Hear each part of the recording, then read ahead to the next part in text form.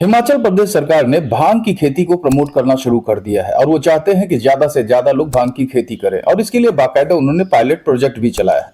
हम आपको बता दें कि भांग की खेती करना और उसे खुलेआम बेचना गैर कानूनी है, प्रतिबंधित है। एनडीपीएस एक्ट 1985 के अकॉर्डिंग इसे इलीगल बनाया गया है। लेकिन इसके बावजूद भी इसमें कुछ प्रावधान ऐसे हैं जिनमें एक सीमा तक छूट दी जाती है, लाइसेंस दिया जाता है और छोटे मोटे मात्रा में आप इसे लाइसेंस लेकर बेचा जा सकता है। अब खैर, भांग की खेती के प्रमोट करने की वजह क्या है? तो इसकी देखिए दो वजह है कि इससे दवाएं भी बनती हैं और कमर्शियल यूज भी होता है, जैसे बायोफ्यूल बनते हैं, कॉस्मेटिक्स के बाजार में भांग की बड़ी जरूरत पड़ती है। भांग में दो तत्व पाए जाते हैं, एक को बोलते हैं टीएचसी यानी टेट्रा हाइड्रोकैनाबिल। ये ज्यादातर न्यूरो की जो दवाएं बनती है, मिर्गियाना, डिप्रेशन और एंजाइटी, इन सब की दवाएं इनसे बनती है, न्यूरो से रिलेटेड। हालांकि इसी का यूज नशे के लिए भी लोग करते हैं। और जो दूसरा तत्व है उसको बोलते हैं सीबीडी यानी कैनाबिडियोल। ये भी दर्द निवारक के रूप में काम करता है, इससे दर्द निवारक दवाएं बनती हैं, पेन किलर्स बनते हैं। अब जो भांग है, भारत में लगभग 120 प्रजातियां इसकी पाई जाती है, जिनमें तीन बेसिक मेन कैटेगरी है। एक है कैनाबिल सैटिवा, एक है कैनाबिल एक्टिवा और इंडिका, और दूसरा है कैनाबिल रूडरलेस। अब इन तीनों में बस वही टीएचसी और सीबीडी का ही थोड़ा थोड़ा अंतर है, अदरवाइज तीनों ही यूज होती हैं। और सबसे ज्यादा जो इनकी पैदावार होती है वो यूपी, एमपी, जम्मू कश्मीर, पंजाब, हिमाचल प्रदेश में होती है। और हिमाचल प्रदेश में इसीलिए वहां की सरकार इसे प्रमोट करने की कोशिश कर रही है।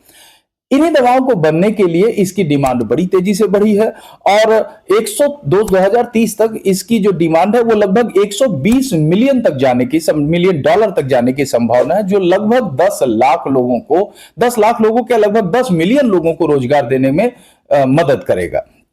ठीक है, तो अभी तक यही एक कारण है कि इस डिमांड को पूरा करने के लिए हिमाचल प्रदेश इस पर प्रयास कर रहा है। हम आपको बता दें कि वसंत ऋतु और शीत ऋतु में, यानी बसंत और ठंडी के समय में, ये अपने आप ही हम लोगों के उत्तर प्रदेश और मध्य प्रदेश, गोरखपुर और बाराबंकी और इन सब जगहों पर तो अपने आप ही ये उग जाया करता है। तो इसको भी कंट्रोल करने की कोशिश की जा रही है। विदेशों में नशे के लिए तो इसको बाकायदा ग्रीन हाउस बनाकर उगाया जाता है, जो हमारे घरों के आसपास ये झाड़ पतवार के रूप में उगते हैं ना, विदेशों में इसको उगाने के लिए बाकायदा ग्रीन हाउस बनाया जाता है।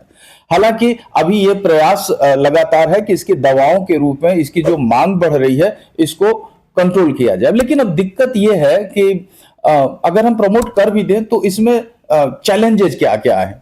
तो देखिए, चैलेंजेस ये है कि इसके जो बीज होते हैं ना भांग के, उसमें क्या होता है कि बीज किसके लिए है? टीएचसी के लिए है। टीएचसी अभी हमने बोला टेट्रा हाइड्रोकैनाबिल यानी जो नशे के लिए यूज होता है, या सीबीडी वाला है, सीडीबीडी यानी कैनाबिडियोलोज वाला।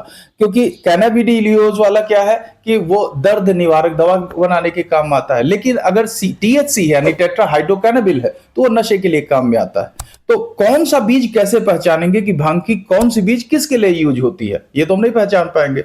दूसरी चीज कि अगर हम लगा भी दें तो हो सकता है परागण और पॉलिनेशन से कोई संकर प्रजाति आ जाए। संकर प्रजाति का मतलब हाइब्रिड ऐसा पौधा आ जाए जो देखने में भांग जैसा ना लगे लेकिन तत्व भांग जैसा हो।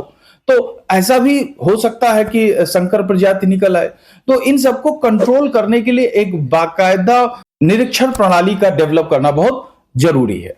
इसके प्रोडक्शन और इसकी क्षमता को देखते हुए, इसकी मांग को देखते हुए भारत सरकार भांग की खेती को काफी सीरियसली ले रही है और इनमें से पहला कदम हिमाचल प्रदेश ने उठाया है।